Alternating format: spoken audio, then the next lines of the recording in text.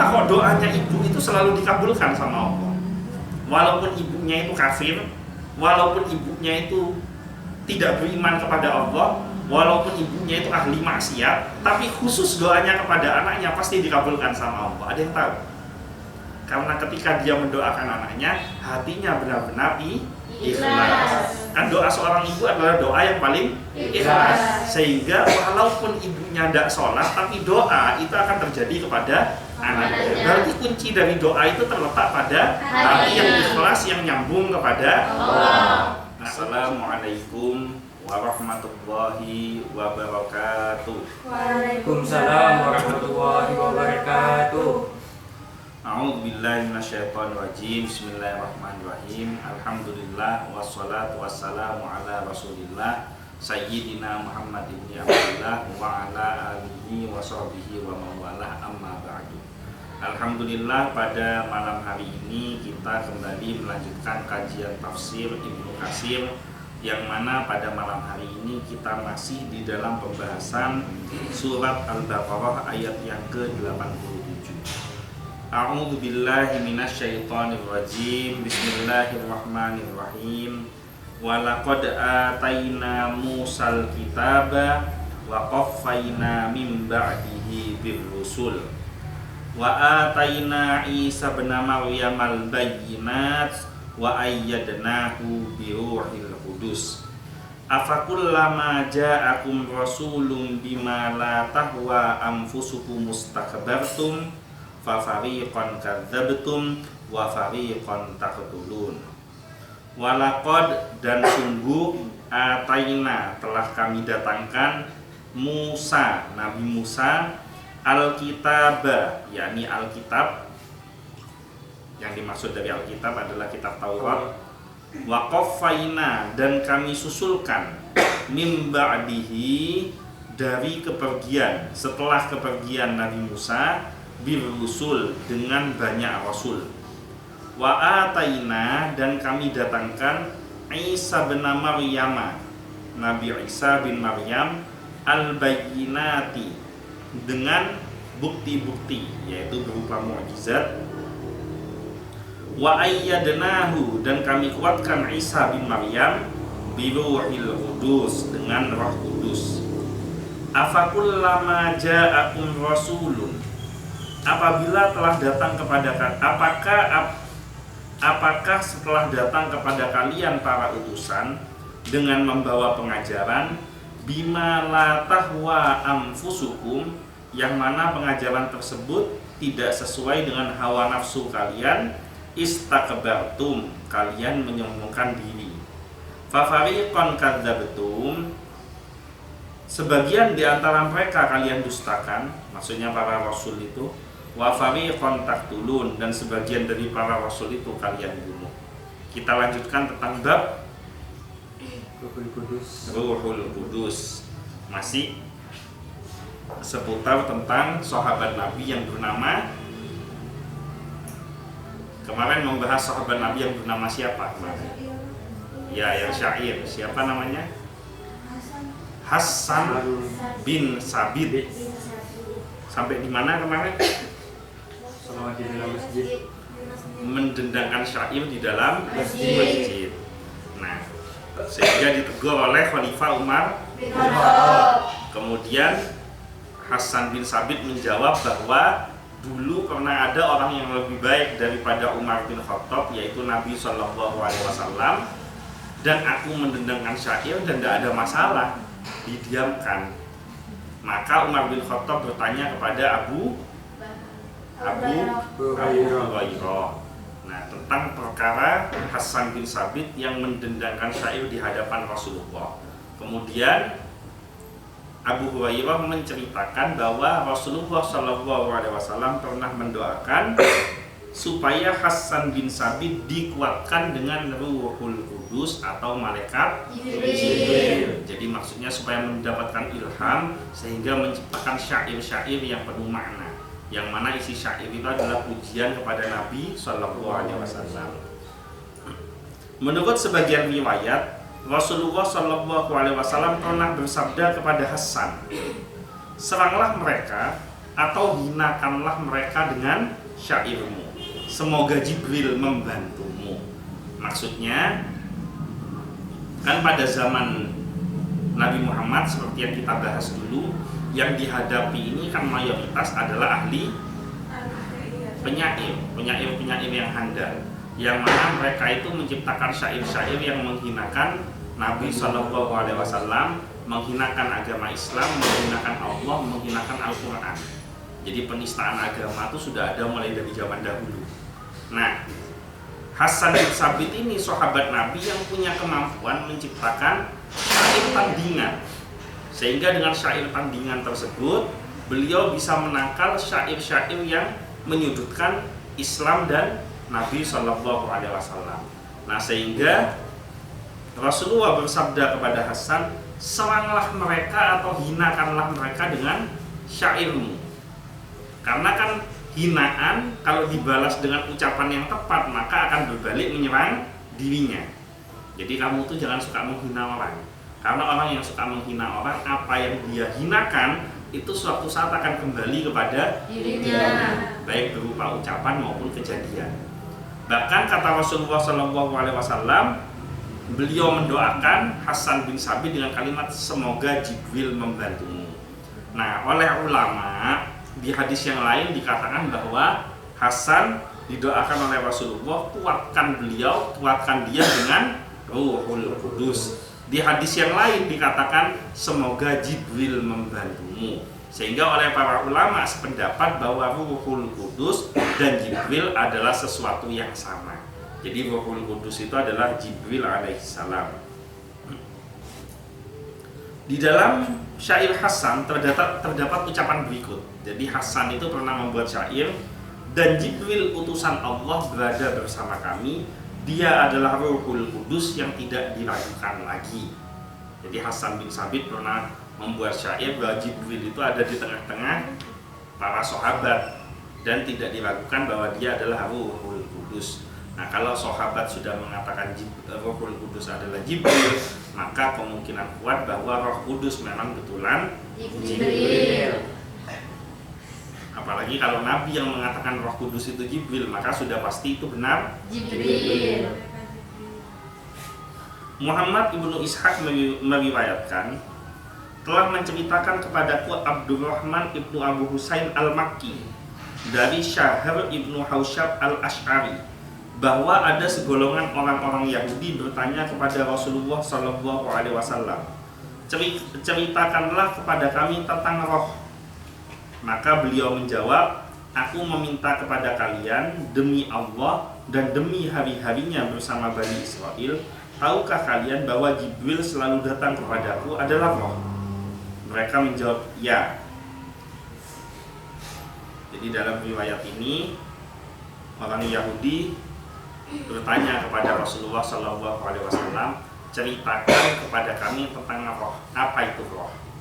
Maka Nabi SAW menjawab sesuai dengan pengetahuan mereka, bahwa demi Allah dan demi hari-harinya bersama Bani Israel, maksudnya demi hari-harinya Allah bersama Bani Israel, yang mana maksudnya pada waktu itu Bani Israel terus menerus diutus para nabi dan rasul, maka Jibril itu adalah yang selalu datang kepadaku.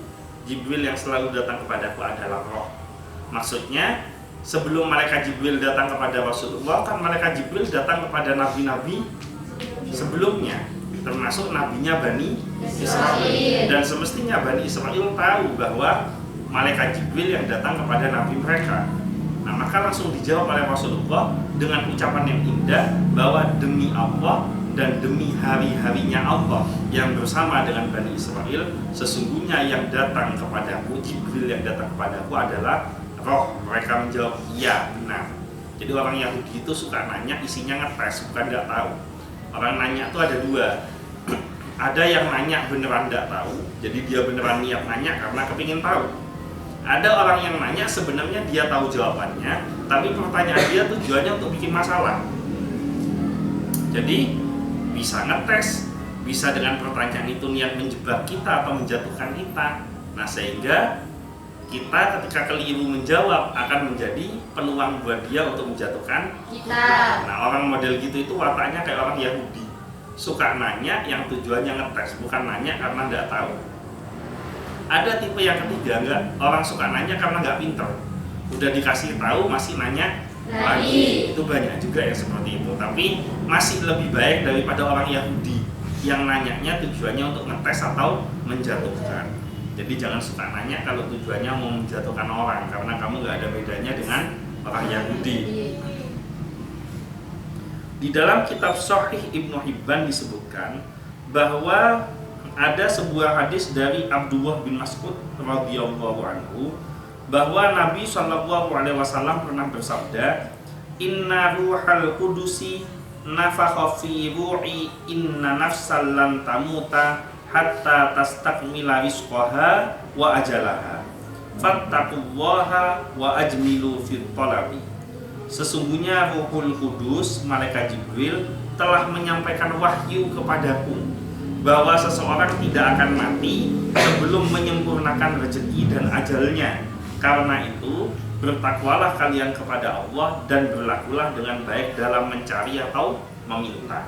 Jadi rukun iman itu kan ada 6. Salah satu rukun iman adalah iman kepada qadha dan qadar. Apa maksudnya qadha dan qadar? Qadha itu ketentuan Allah yang masih bisa dirubah. Qadar itu ketentuan Allah yang tidak bisa dirubah. Bisa kebalikannya, saya lupa. Ya maklum karena ilmunya kurang gitu, bisa lupa. Tapi intinya ada ketentuan Allah yang bisa dirubah, ada ketentuan Allah yang tidak bisa dirubah. Contohnya ketentuan Allah yang bisa dirubah. Kamu terlahir dari anaknya orang miskin, kamu masih bisa jadi orang kaya. Kamu terlahir dari keluarga yang bodoh, masih bisa jadi orang pintar. Nah, itu namanya nasib yang bisa dirubah. Tapi ada sesuatu yang nggak bisa dirubah. Misalkan kamu terlahir dari bapak yang Madura, ibu Madura, tidak bisa minta diganti bapak Cina, ibu Cina, atau minta bapak Belanda, ibu Belanda, tidak bisa. Itu sudah tergantung ketentuan Allah. Kamu misalkan ditetapkan lahirnya pagi, tidak bisa minta malam. Itu sudah ketentuan Allah. Tidak ada upaya kamu untuk bisa merubahnya. Karena ada sesar sekarang, betul ada sesar. Tapi kalau misalkan Allah tidak mengizinkan, sesar pun bisa batal. Mau disesar ibunya tensinya naik, ya nggak jadi disesar. Mau disesar dilihat gulanya tinggi, nggak jadi disesar. Jadi sesar pun itu tetap karena takdirnya Allah. Nah, manusia itu diciptakan oleh Allah ketika lahir ke dunia ini. Coba kamu pernah ngelihat bayi yang baru lahir? Yang benar-benar baru lahir, baru keluar dari ibunya. Bayi itu kalau baru keluar dari ibunya itu tangannya begini. Itu saya lihat sendiri anak saya, tangannya tuh begini. Ketika begini, itu nggak nangis, diem masih.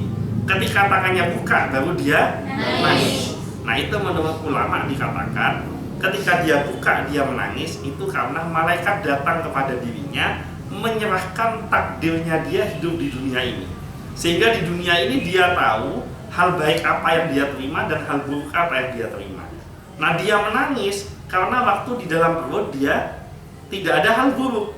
Ketika di rahim ibunya semuanya hal-hal yang baik. Begitu lahir, oleh malaikat dikasih tahu dunia ini tempatnya susah, tempatnya nggak enak, makanya dia nangis. Jadi nangisnya dia dengan tangan dibuka itu artinya menerima ketentuan dari Allah. Nah, berarti orang hidup itu Allah sudah tentukan. Ketika kamu sudah lahir, misalkan siapa yang mau dijadikan contoh?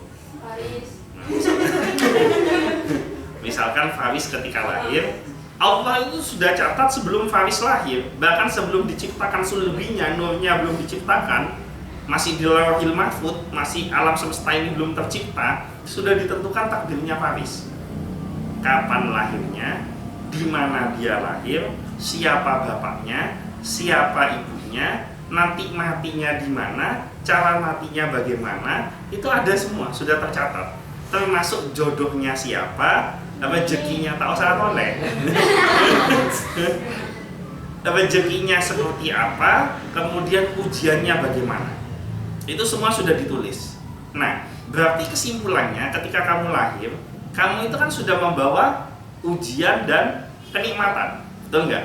Nah, kata Nabi SAW, tidak akan mati seseorang sebelum jatah rezeki dan ujiannya habis.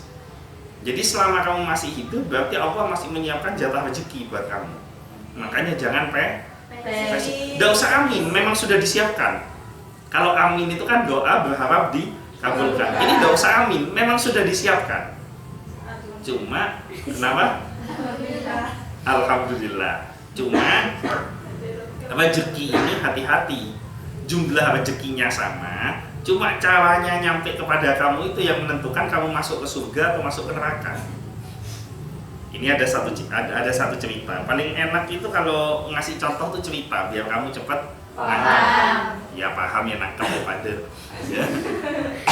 Ketika Ali bin Abi Thalib menjadi seorang khalifah, beliau itu suatu saat mendatangi sebuah perkampungan, yang mana perkampungan itu sedang berkonflik. Nah, kebiasaan khalifah zaman dahulu kalau kemana-mana bawa pedang. Karena mau masuk ke kampung yang sedang berkonflik, pedang ini tidak dibawa dengan Sayyidina Ali karena khawatir menimbulkan kegaduhan. Kok di pintu gerbang sebuah kota itu ada seorang pemuda. Akhirnya pedang ini dititipkan ke pemuda tersebut, tolong jagakan pedang saya, nanti kalau saya selesai, saya keluar, saya ambil pedang saya. Baik, nggak tahu orang ini kalau yang nitipin pedang adalah seorang khalifah. Khalifah itu presiden. Jadi anggap aja kayak presiden, nah, tapi kelasnya lebih tinggi dari presiden karena khalifahnya sahabat Nabi. Masuk ke kota tersebut atau kampung tersebut, keluar selesai hajatnya, si pemuda ini hilang yang dititipin pedang. Namanya pedangnya presiden pasti dicari kemana-mana, pemuda ini tidak ketemu. Sampai akhirnya Sayyidina Ali ini nyampe ke pasar. Begitu sampai di pasar, nyampe di toko pedang, nggak sengaja lewat di toko pedang, kok terlihat pedangnya Sayyidina Ali. Kan pedangnya presiden pasti tidak sama dengan pedang yang lainnya. Jadi dilihat langsung kelihatan, kok kelihatan seperti pedang saya ini. Akhirnya didatengin, ditanya, ini yang membuat pedang ini nyampe ke sini itu siapa? Oh, saya beli kepada seorang pemuda. Ciri-cirinya gimana? Disebutin ciri-cirinya seperti ini. Berapa harganya kamu beli pedang itu kepada pemuda? Kamu bayar berapa? Saya bayar 5 dinar emas. Apa kata Sayyidina Ali? Sayang sekali. Padahal ketika saya titipkan pedang tadi itu, dalam hati saya sudah berniat, saya akan ngasih dia 5 dinar emas. Tapi karena dia tidak sabar, harusnya 5 dinar emas dia dapat dengan cara yang halal. Karena dia tidak sabar, akhirnya dia dapat dengan cara yang halal. Apa pelajaran dari cerita ini? Kamu tuh pasti dapat rezeki. Kalau takdirmu pasti dapat rezeki, pasti akan dapat. Cuma cara dapatmu itu halal atau haram. Kayak kasus tadi, sudah ditakdir dapat 5 dinar emas. Cuma masalahnya kamu sabar apa enggak? Kalau kamu nggak sabar, 5 dinarnya dengan cara yang haram. Kalau sabar, 5 dinarnya dengan cara yang halal. Ya, kata siapa Pak? Saya kalau nggak nyuri, nggak mungkin dapat uang. Misalkan begitu, kan ada toh. Saya kalau nggak nyuri, nggak mungkin dapat uang. Kata siapa? Kalau bukan rezekinya, nyolong pun ketangkep. Bener nggak? Kalau bukan rezekinya dia nih, nyuri, ketangkep, digebukin sama warga. Bukan rezekinya. Jadi rezeki itu sudah ada yang ngatur. Ini semua yang duduk di sini ini sudah diatur sama Allah masing-masing rezekinya. Makanya tidak usah neko-neko sudah. Dikasih kesempatan kerja yang benar, kerja yang rajin, kerja yang benar, jadi orang yang jujur, jadi orang yang rajin. Kalau kamu orangnya jujur, kerjanya rajin, ibadahnya bagus, dimanapun kamu berada, pasti kehidupanmu dari waktu ke waktu semakin baik. Orang yang sampai usia 35 tahun tidak jelas, maksudnya tidak jelas itu pemasukannya ya tidak jelas, mau makan repot, kerjanya nggak jelas, itu udah jelas orang ini nggak bener. Karena kenapa? Dia dari usia 20 tahun sampai 35 tahun tuh ngapain aja? Nyoba kerja mungkin bisa jadi dia males, mungkin bisa jadi dia nggak jujur. Kata orang cari pekerjaan susah, memang susah. Tapi kalau mau usaha pasti dapat. Dan kalau udah dapet, kamu jujur, kamu rajin, kamu ibadah, nanti Allah yang ngatur pekerjaan yang paling enak buat kamu gitu. Jadi Allah sudah menetapkan hidupmu lengkap beserta rezekinya. Tidak akan sampai ajal kepada dirimu kalau rezekimu belum sampai. Jadi kalau belum dapat rezekinya, tidak akan nyampe ajalnya, tak kira mati. Jadi sudah percaya gitu aja. Kalau saya masih ditakdir hidup, berarti saya punya rezeki. Kalau rezeki saya sudah ditakdir habis sama Allah, pasti saya akan mati. Itu kata Nabi Sallallahu Alaihi Wasallam. Yang menyampaikan adalah malaikat Jibril. Malaikat Jibril menyampaikan kepada Rasulullah berdasarkan wahyu dari Allah. Itu sudah yakini. Kalau tauhidmu kuat seperti itu, hidupmu jalan hidupmu itu hatinya akan tenang. Karena yakin sudah ada Allah yang ngatur. Beberapa pendapat lain sehubungan dengan makna Ruhul Kudus diriwayatkan oleh Ibnu Abu Hatim telah menceritakan kepada kami Abu Zar'ah, Minjab Ibnul Haris telah menceritakan kepada kami Bishr dari Abu Rahub, dari Ad-Dahhak, dari Ibnu Abbas yang mengatakan Ruhul Kudus adalah Ismul A'zam yang dibacakan oleh Nabi Isa alaihissalam sewaktu menghidupkan orang-orang yang telah mati. Ada pendapat ulama lain, Ruhul Kudus itu bukan malaikat Jibril, tapi Ismul A'zam. Apa itu Ismul A'zam? Ismul A'zam itu adalah mantra yang dibaca oleh Nabi Isa ketika menghidupkan orang yang sudah mati. Dan Ismul A'zam itu harus kamu yakini ada. Karena apapun mukjizat yang pernah diturunkan kepada Nabi dan Rasul, maka karomahnya akan sampai kepada para ulama. Ulama itu kalau sudah menjadi waliullah, kalau sudah dekat dengan Allah, maka lisan dan ucapannya akan menjadi doa, kejadian, bukan doa lagi, terjadi. Ya seperti cerita Nabi Kiai As'ad yang populer itu, bom yang dilemparkan ditunjuk dibilang semangka, akhirnya seketika itu berubah jadi semangka. Itu masa pakai doa. Waktu bom dijatuhkan, masa ceritanya kayak As'ad katakan, ya Allah jadikan bom ini semangka. Ya leduk ada cewek bom yang tak lagi, tapi apa ditunjuk semangka cong kan gitu toh. Nah ketika ngocak semangka com jatuh, akhirnya beneran jadi semangka. Ya kamu kalau mau ngetes ilmu ya latihan dulu yang enteng-enteng mercon entah lagi. Pas ngocak gedeng com meleduk kan tidak terlalu besar daripada bom.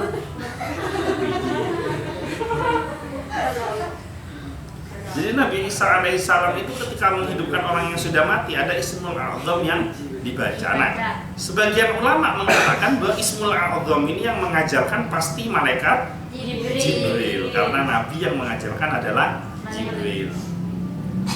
Ibnu Jarir mengatakan bahwa ia pernah menceritakan sebuah riwayat dari Minjab, lalu ia menceritakan hal yang sama.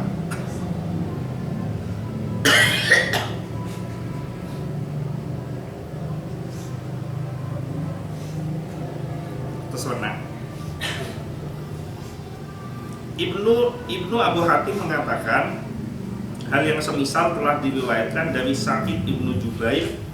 Al-Qurtubi menukil dari Ubaid Ibnu Umair yang mengatakan bahwa Ruhul Kudus adalah Ismul A'zam. Jadi ulama juga banyak yang mengatakan Ruhul Kudus itu Ismul A'zam. Nah, Ismul A'zam itu ucapan-ucapan mantra yang menurut kamu gak masuk akal itu kadang-kadang jadi bukan jadi kenyataan lagi, membawa karomah. Kadang-kadang bacanya keliru, tapi karena punya keyakinan yang kuat akhirnya menjadi perlindungan. Ada kisah yang pertama, orang sudah sepuh sekali, sudah tua sekali datang ke kiai. Kiai, tolong diijazah saya supaya hidup saya selamat. Saya minta wiritan, minta asma. Apa jawaban kiai? Ya sudah, kamu baca setiap habis sholat ya Hayyu ya Qayyum 100 kali. Jadi dibaca ya Hayyu ya Qayyum 100 kali. Begitu pulang, karena orang Jawa sudah sepuh, dia nggak bisa ngomong ya Hayyu ya Qayyum. Jadi ngalah tasbih itu wiritannya ya kayuku ya kayumu, ya kayuku ya kayumu. Jadi ya Hayyu ya Qayyum berubah jadi ya kayuku ya kayumu. Tapi istiqomah, yakin baca ya kayuku ya kayumu ini. Mare subuh ya kayuku ya kayumu. Jadi dua, yo kayumu terus setiap hari. Gitu, tanpa henti. Jadi yakin dia karena yang ngasih tahu kiai, padahal bacanya salah. Tapi yakin. Suatu saat terjadi bencana di desanya, kebakaran. Itu satu kampung rumahnya kebakaran semua. Padahal tembok. Sementara rumah dia yang gedek, tahu kan gedek ya? Rumah dia gedek malah nggak kebakaran. Yang lainnya kebakaran, rumah dia nggak kebakaran. Akhirnya ditanya, Mbah, kok hebat Mbah?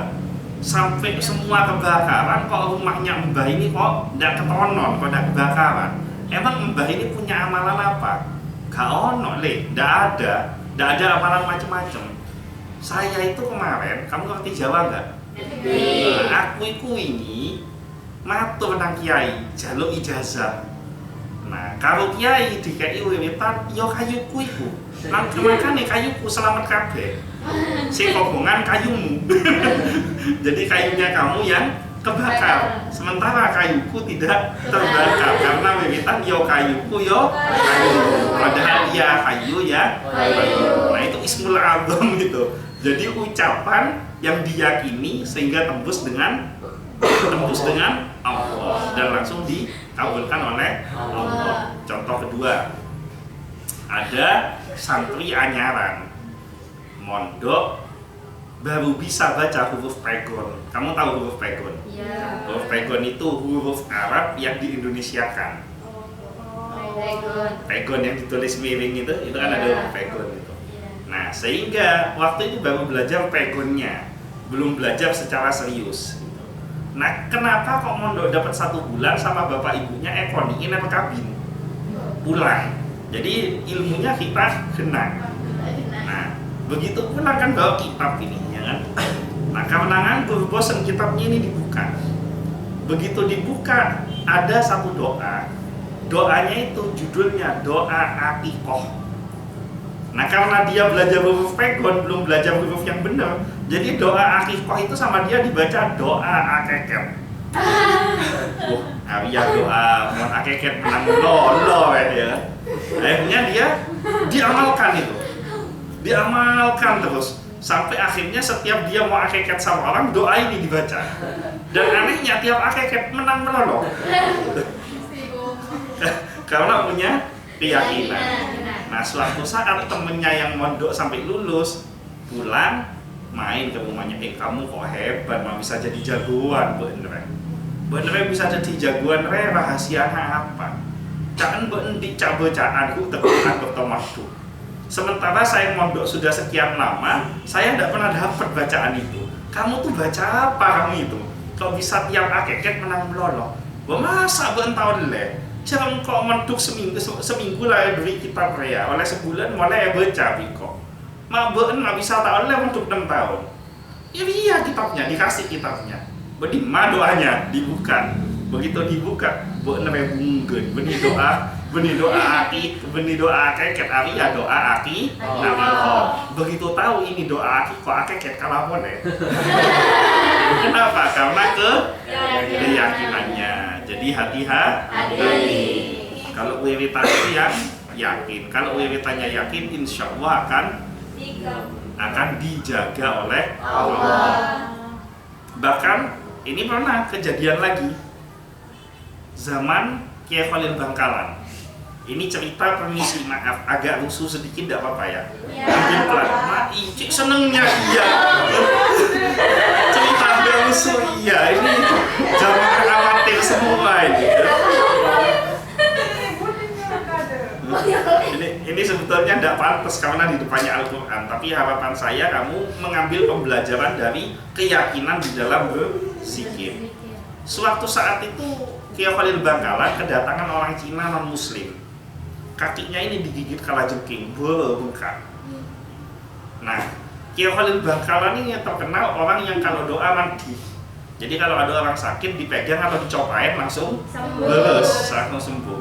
Sehingga si Cina ini penasaran, kepingin mencoba betul nggak Kiai Khalil ini sakti. Akhirnya datang, Yai, kaki saya habis digigit kalajengking, ini sudah bengkak. Tolong doakan gimana caranya supaya bisa sembuh. Nah, di dalam ajaran Islam boleh nggak mendoakan orang non-Muslim? Boleh nggak? Boleh mendoakan orang non-muslim asal isi doanya adalah supaya dia mendapatkan hidayah. Di luar itu tidak boleh. Jadi tidak boleh mendoakan selain supaya dia mendapatkan hidayah dari Allah. Sini kakinya, sini. Ya. Begitu kakinya ditarik, tidak apa-apa, ya sampai amatir aja. Ditarik kakinya, dipegang yang digigit kalajengking itu, dipukul-pukul, digigit bebe itu dipukul, reng-cerengan cenanya. Begitu reng-cerengan itu pas permisi banget ini. Jadi kalau bos, tidak ada Bismillahirrahmanirrahim, gitu. Bener, ya kayak Holil, dia tak ber.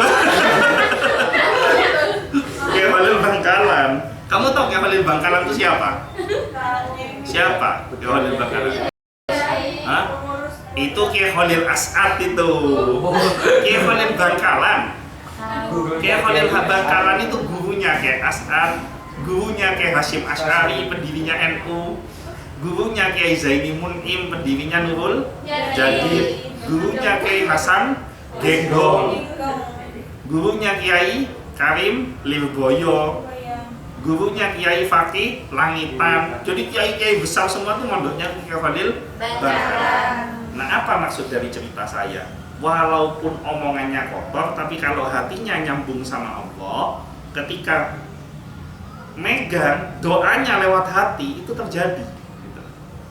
Paham ya maksudnya ya? Jadi yang paling betul yang mulut harus dijaga tetap, karena salamatul insan fi hifdzil lisan. Keselamatan manusia terletak pada lisan. Tapi sambil mulutnya dijaga, hatinya disambungkan dengan Allah, sehingga ketika kamu doa cepat terjadi. Kenapa kok doanya ibu itu selalu dikabulkan sama Allah? Walaupun ibunya itu kafir, walaupun ibunya itu tidak beriman kepada Allah, walaupun ibunya itu ahli maksiat, tapi khusus doanya kepada anaknya pasti dikabulkan sama Allah. Ada yang tahu? Karena ketika dia mendoakan anaknya, hatinya benar-benar ikhlas. Kan doa seorang ibu adalah doa yang paling ikhlas. Sehingga walaupun ibunya tidak sholat, tapi doa itu akan terjadi kepada anaknya. Berarti kunci dari doa itu terletak pada hati yang ikhlas, yang nyambung kepada Allah. Nah, untuk supaya hati ikhlas ini nyambung kepada Allah, caranya gimana?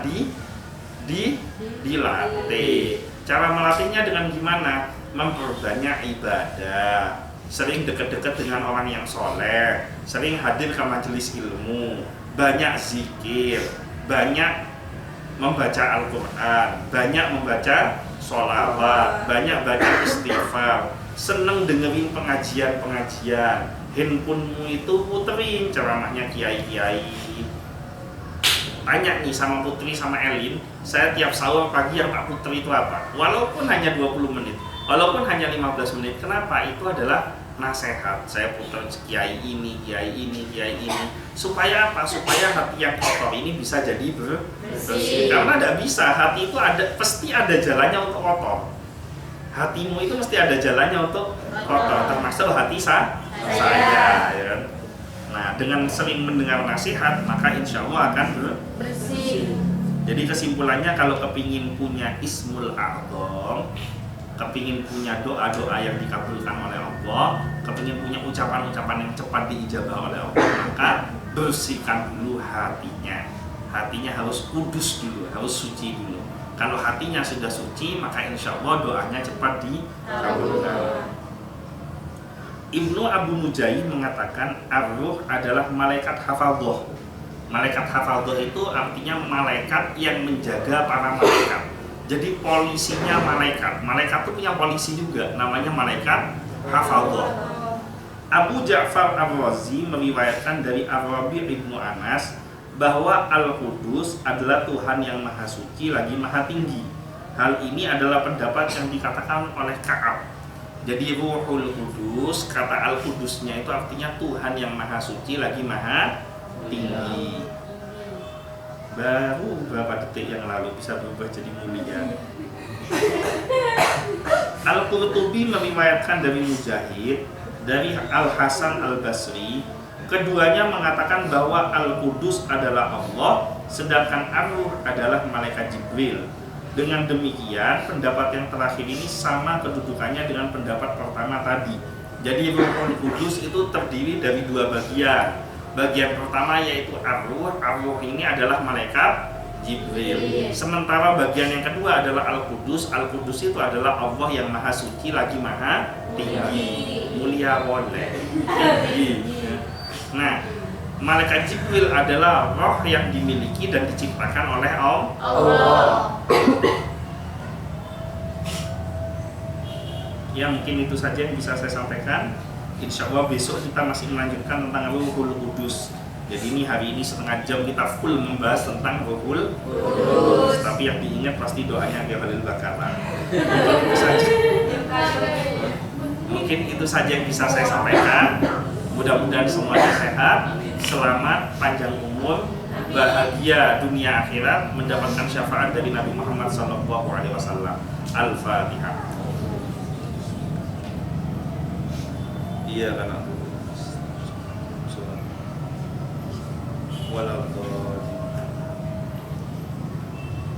Sekian dari saya, kurang lebihnya mohon maaf. Wallahul muwaffiq ila aqwamit thoriq.